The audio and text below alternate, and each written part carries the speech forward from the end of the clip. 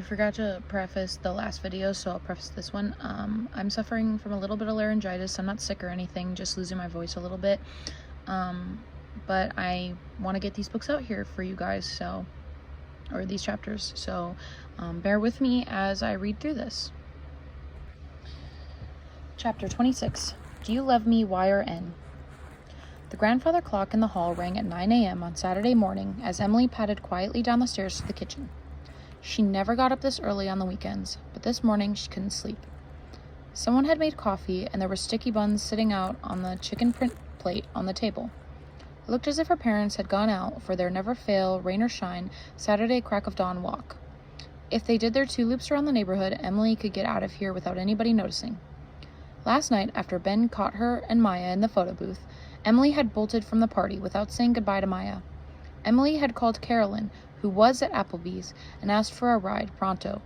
Carolyn and Topher, her boyfriend, came no questions asked, although her sister gave Emily, who stank of whiskey, a stern parental look when she climbed into the back seat. At home, she'd hidden under her covers so she wouldn't have to talk to Carolyn and dropped into a deep sleep. But this morning, she felt worse than ever. She didn't know what to think about what happened at the party. It was all a blur. She wanted to believe that kissing Maya had been a mistake and that she could explain everything to Ben and it would be okay. But Emily kept returning to how everything felt. It was like before last night she'd never even kissed before. But there was nothing about Emily that said lesbian. She bought girly hot oil treatments for her chlorine-damaged hair. She had a poster of hot Australian swimmer Ian Thorpe on her wall. She giggled with the other swimmer girls about the boys in their Speedos. She'd only kissed one other girl years ago, and that didn't count. Even if it did, it didn't mean anything, right? She broke a Danish in half and stuffed a piece in her mouth. Her head throbbed. She wanted things to go back to the way they were, to throw a fresh towel in her duffel and head to practice, to happily make goofy pig faces into someone's digital camera on the away meet bus, to be content with herself and her life and to not be an emotional yo-yo. So that was it.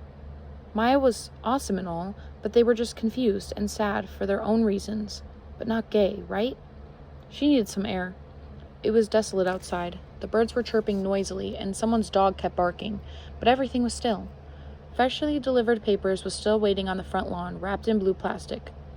Her old red Trek mountain bike was propped up against the side of the tool shed. Emily jerked it upright, hoping she'd be coordinated enough to handle a bike after her last night's whiskey. She pushed off to the street, but her bike's front wheel made a flapping noise. Emily bent down. There was something caught in the wheel. A piece of notebook paper was woven through the spokes. She pulled it out and read a few lines. Wait, this was her own handwriting. I love staring at the back of your head in class. I love how you chew gum when we're talking on the phone together.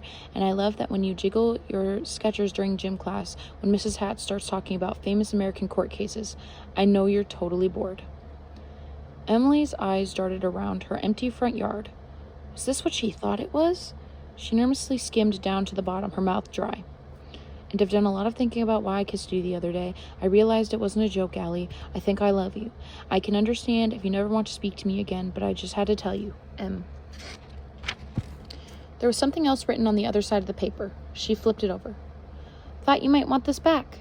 Love, A. Emily let her bike clatter to the ground. This was the letter to Allie, the very one Emily had sent right after the kiss, the one she'd wonder if Allie had ever gotten.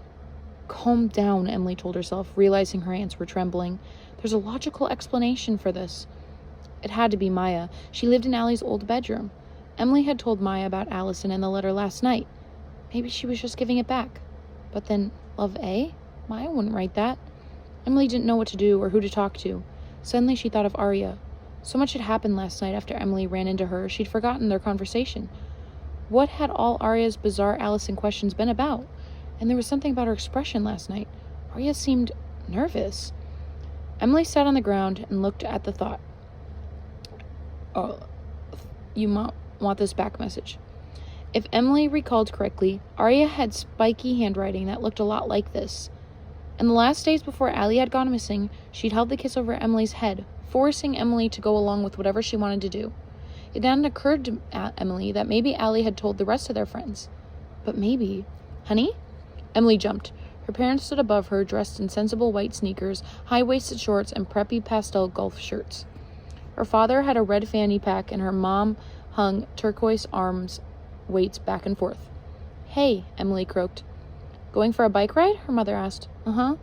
"You're supposed to be grounded." Her father put on his glasses as if he needed to see Emily to scold her. "We only let you out last night because you were going with Ben. We'd hoped he'd get through to you, but bike rides are off limits." "Well," Emily groaned, standing up. If only she didn't have to explain things to her parents. But then, whatever, she wouldn't. Not now. She threw her leg over the bar and sat on her seat. "I have somewhere to go," she mumbled, pedaling down the driveway. "Emily, come back here," her father yelled gruffly. But Emily, for the first time in her life, just kept pedaling.